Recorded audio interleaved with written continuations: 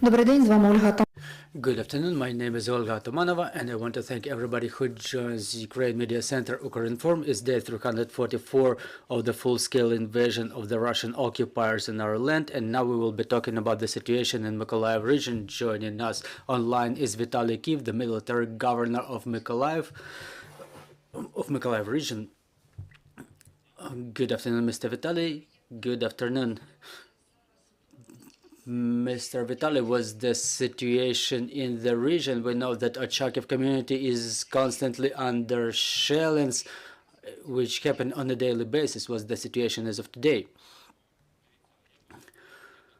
Well, look, I'll put it this way. The shellings are going on daily basis.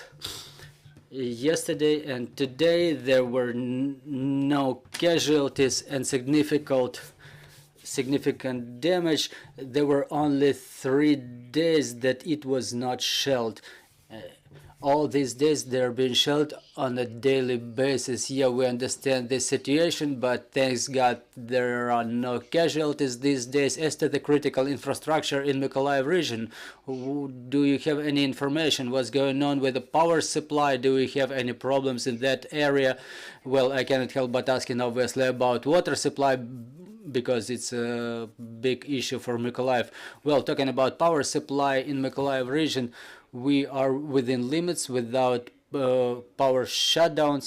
Well, we have actually shutdowns, so we try to balance all of it and we try to go within the limits. As to the renewal of the power grid, out of 88 settlements that were without power supply for a long time, it's only 27 left to reconnect. The works are still in progress. As to the gas supply, we have 11 out of 17 to get reconnected. There are some remote settlements, such as Bezimane, for example, with a population of about 20 families, and the area line going there is 16 kilometers and it's damaged, but we still try to rebuild it.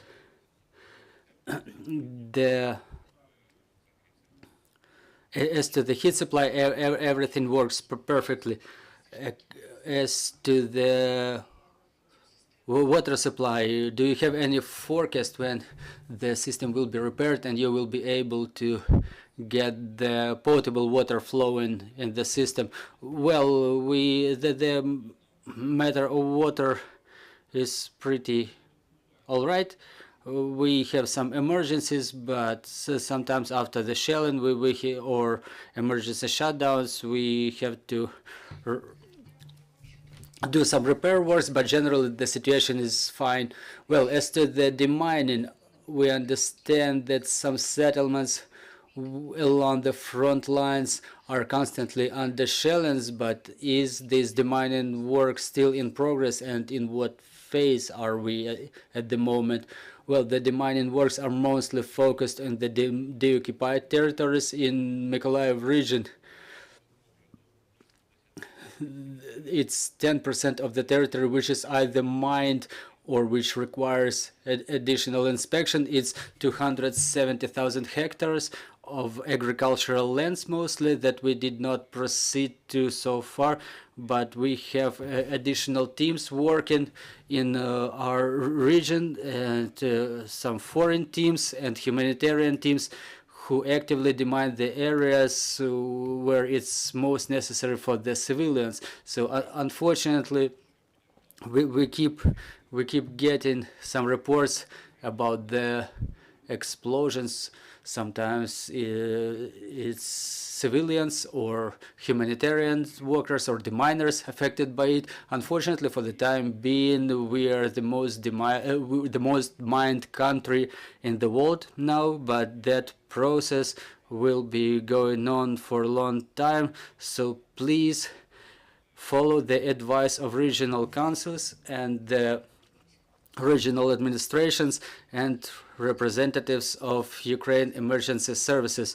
Well, Mr. Vitalii, unfortunately, Mykolaiv region was heavily affected by the missile strikes and shellings of the occupiers. As to the degree of destruction, of damage, how bad is it? And talking about the reconstruction works, what's already done and what's planned for this year. Almost 16,000 facilities are damaged or destroyed across the region. About 10,000 of them are one-story residential buildings. Some of them are not completely destroyed, and we can rebuild or already rebuild some of them. Both the government and the international partners are involved in that process. Well, so some facilities such as kindergartens, schools, and hospitals, well, not the basic ones, but the branches are about to be reconstructed so people can continue receiving services over there. As to the private residential buildings,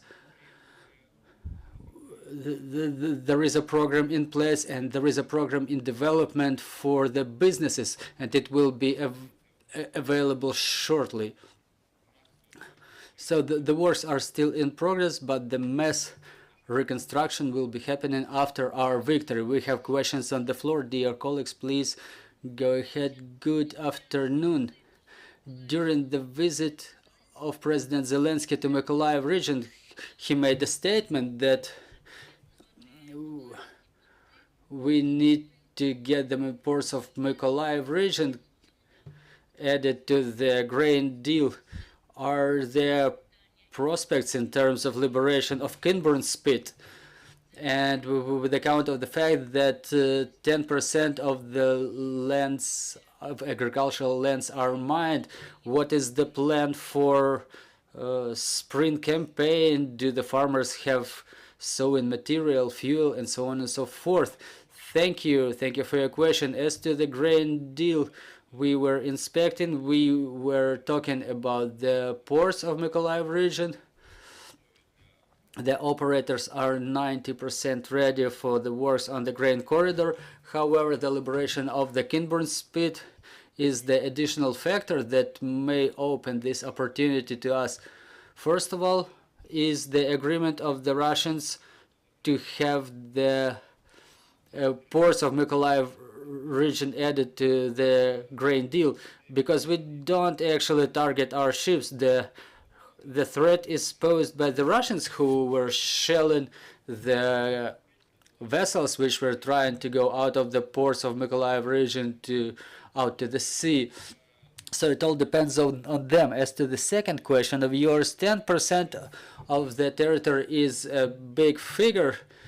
It will influence the efficiency of our works 10% respectively. So the main problem is not the availability of fuel or seeds, it's about the availability of funds, because our region has limited lending capabilities due to the war risks, and this question was already discussed.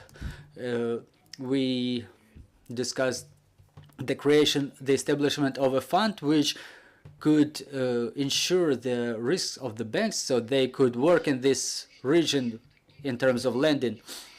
Well, as to the number of people, we see that the residents of Mykolaiv and Mykolaiv region are coming back to their homes.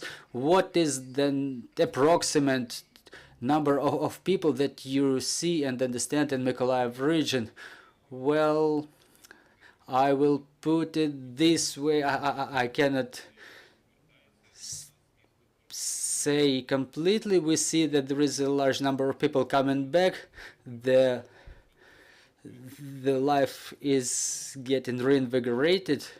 Well, it's about 300 to 400,000 people. You know, people are even coming back to Kherson regardless the shellings. Thank you for joining our broadcast. Thank you for your optimistic outlook, dear colleagues. I'm reminding you, joining us was Vitalii, the military governor of Mykolaiv region. Our team is working on the schedule for tomorrow. Please follow our announcements.